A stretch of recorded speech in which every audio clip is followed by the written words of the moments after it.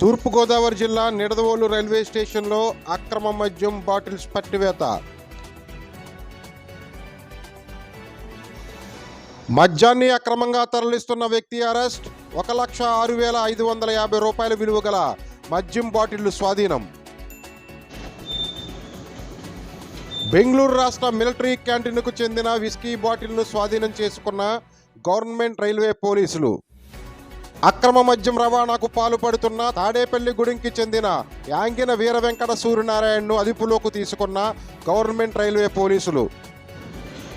ఇతని వద్ద నుండి 100 papers whisky bottles 17, black and white whisky bottles 22, 8 PM whisky bottle 23, మొత్తం 62 మద్యం బాటిల్స్ స్వాధీనం.